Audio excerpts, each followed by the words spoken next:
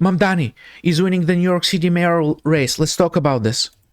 Mamdani holds a huge lead in the mayor's race according to a New York Times poll. Even if the race shrunk to a two-man race, he still holds a slight lead. Guys, Mamdani is liked by a majority of New Yorkers. Read this. Around 60% of likely voters said that Mamdani was inspirational. He had good character and he cared about people like them. He's the only candidate with a net positive rating who is viewed positively by a majority of voters despite months of negative attacks against him levied by his opponents. Mamdani has an edge with all racial groups. He's also leading Mr. Cuomo, who, think about it, in the primaries, Cuomo won the black vote, but now Mamdani is leading in the black vote. You know why? Because voters trust Mamdani more than they trust Cuomo. 49% Mamdani to 23% voters who trust Cuomo. And Mamdani, he has good policies, like Mamdani's proposal to freeze increases on rent-stabilized units. That wins particularly strong public support. Nearly 70% of voters, including majorities of Cuomo and Adams supporters, favor the policy. Increasing taxes on the wealthiest New Yorkers, Mamdani also holds a very positive view. Now let's look at the numbers.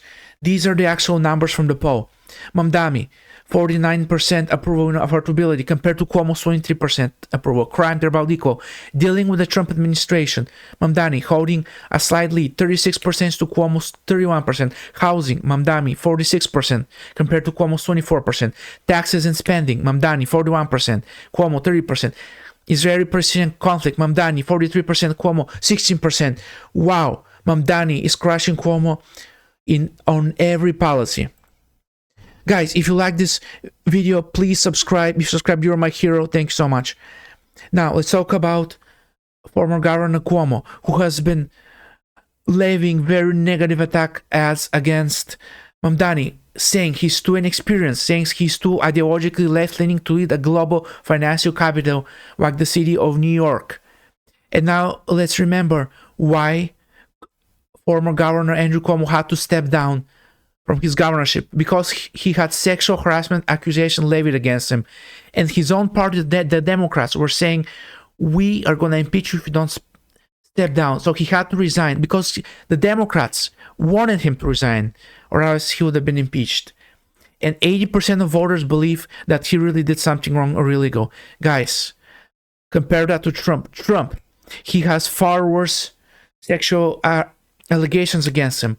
But no one's making Trump resign, and Cuomo, he's done allegedly similar things, and his own party had him resign. So let's look at this. Now, think about this. The New York Times reported that President Trump and powerful figures in New York City were endeavoring to create a one-on-one contest between Mr. Cuomo and Mr. Mamdani. Guys, Trump is working directly with the team around the election team around Cuomo in order to get everyone else to drop out. They want Adams to drop out. They want the Republican to drop out. Why? Because in a one-on-one race, Cuomo has the best chance of winning, and he's getting help from the Trump administration to do this. I mean, read the headline. Advisors to President Trump have discussed giving Mayor Eric Adams a job in the administration if he drops out the race, with the goal of giving former Governor Andrew Cuomo a better chance of winning. I mean, come on. How can you trust Cuomo? How can you trust him after everything he's doing? To New Yorkers, I want to speak directly to you. There has been so much speculation, communications, announcements of what I'm doing, no matter what I have stated over and over again publicly. So I want to be clear with you. Andrew Cuomo is a snake and a liar. A snake and a liar. That's what Eric Adams called Cuomo.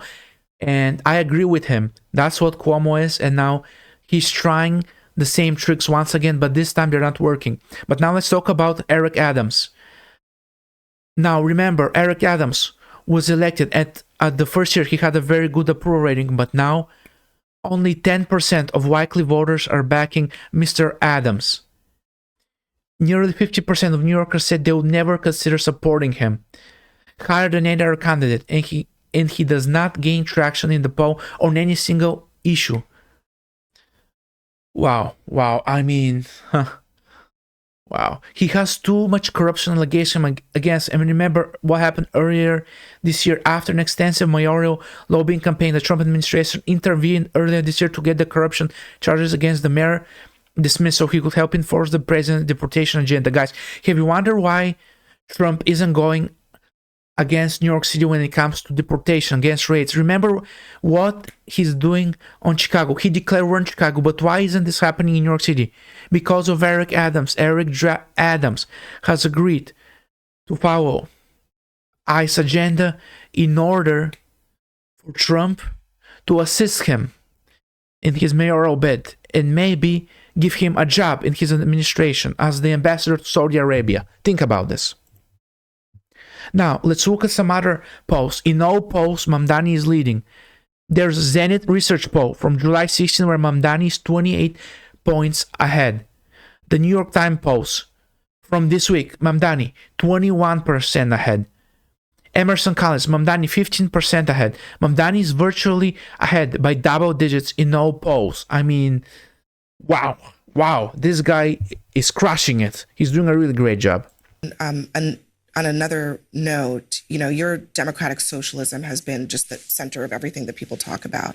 But in this country, there's a big debate about the wealthy, the uber wealthy, the gap between the rich and the poor. Just this week, Tesla offered a pay package to Elon Musk that would potentially make him a trillionaire.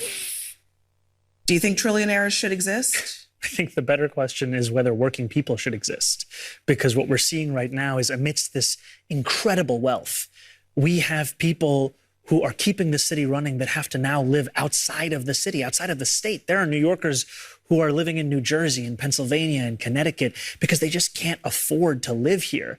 Amidst all of that, we have talk of trillionaires. I mean, it tells you where our political priorities are.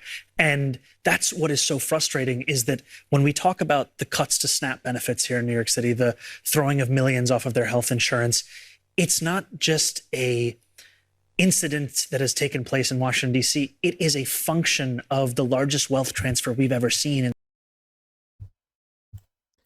Guys, Mamdani gets it when he talks about the New York City millionaires not moving out of New York City.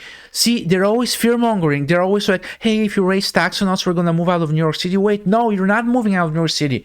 Stop with your empty slogans. Stop with trying to say, oh, what's going to New York City become without us? Guys, you're not moving out just because your tax went up by like 5%. You already have millions upon millions. If you have to pay like an extra million or two, that doesn't matter to you. But look at the working class. The working class cannot afford rent in New York City. They cannot afford to live in New York City. Those guys are actually moving out. Middle class workers are moving out of New York City. The rich aren't moving out, and they won't be. So Mamdani, he gets it. He's a representative from here in New York. He often talks about you and Trump in the same sentence. But the suggestion there is that you know how to diagnose a problem, which you have on housing, on food, on childcare. But the solution that you're offering is all too simple. It's overpromising and in ways that you cannot deliver. Is there a risk that you might overpromise New Yorkers on things that you can't execute on? You know, I would call him a colleague because we are part of the same party, the Democratic Party. And as Ed Koch said, a former Democratic mayor of New York City, that if you agree with me on 9 out of 12 issues, vote for me. 12 out of 12, see a psychiatrist. We have to have room for disagreement within a party. Otherwise, we just become a monotone that doesn't accept the innate tension of people. Overpromising what? See, they always do this. When progressives want some change, they always say, oh, they're overpromising, Bernie's overpromising, AOC's overpromising. That's their go-to line of defense. If it's a progressive saying that we want some policy changes, oops, we're overpromising. If it's a DNC corporate Democrat saying they want something, it's never overpromising. It's always a sure done deal. But if we look at the record of the corporate Democrats, they also overpromise quite a bit. So that's their go-to line. If you're progressive, you're over-promising. I mean, come on, guys. And notice, not just what they said. They said socialist plans. Like, bro, what?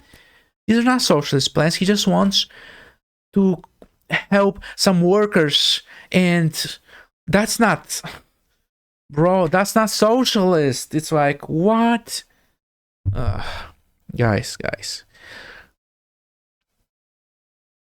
So I just want to say, this is the mayoral race as of right now. Mamdani is looking really good. There's a pretty high chance he's gonna win.